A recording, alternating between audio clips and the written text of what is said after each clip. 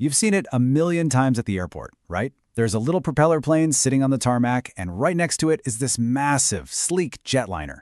They look like they're from different planets, but they both do the exact same thing. They fly.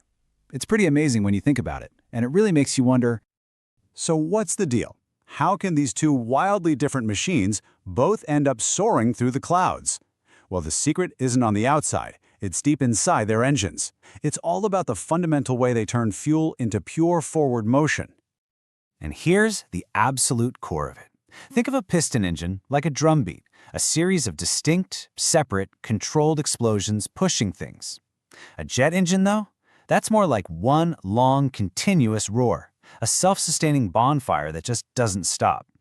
So let's tear these two incredible engines apart, starting with the old-school classic. First up is the piston engine. This is the reliable workhorse of aviation. And hey, if you've ever wondered what's going on under the hood of your car, you're already halfway there. yep, at its heart, an aircraft piston engine is basically an internal combustion engine. All that power comes from pistons shooting up and down inside cylinders. The real magic, though, is in the simple, four-step dance that makes it all happen. That dance is called the four-stroke cycle, and engineers have this great, simple way to remember it. Suck, squeeze, bang, blow. Each of those four steps is totally critical for turning a splash of fuel into the force that spins a propeller. Let's watch it happen. Okay, first up, the suck phase. The piston drops down, which creates a vacuum, and that pulls in this perfectly mixed cocktail of air and fuel. You can think of it as the engine taking a deep breath. Next comes squeeze. The valve shuts, the piston shoots back up, and it compresses all that air and fuel into a tiny, tiny space.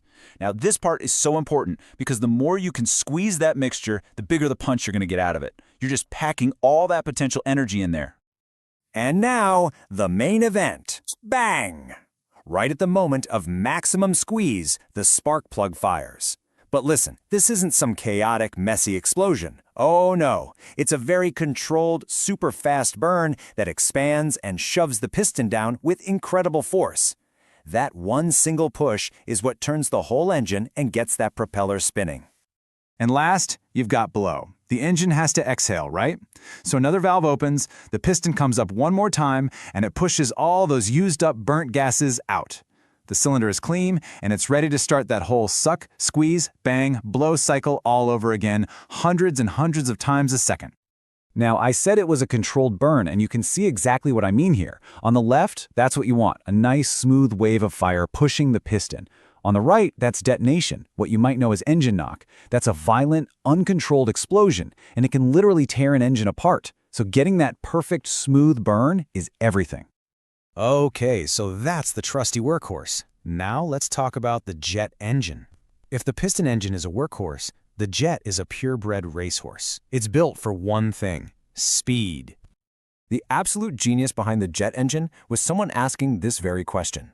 What if, instead of four separate steps, boom, boom, boom, boom, you could get all four things happening at the exact same time, just in different parts of the engine? One smooth, continuous flow of incredible power. It all starts right up front with the compressor. This thing handles the suck and the squeeze all at once. It's just a whole bunch of fan blades, some spinning, some stationary, that grab a massive amount of air and just squeeze it down, stage after stage, until it's at an unbelievably high pressure. Then, that super squeezed air gets blasted into the combustion chamber. This is the bang part. But remember, it's not a single spark.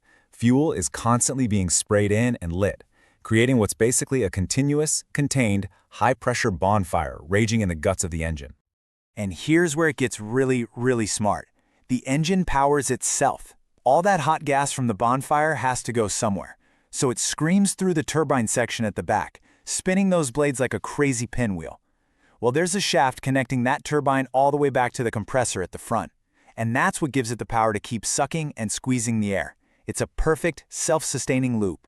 So all the rest of that fiery exhaust that's blasting out the back, that's the blow phase. And that is what we call thrust.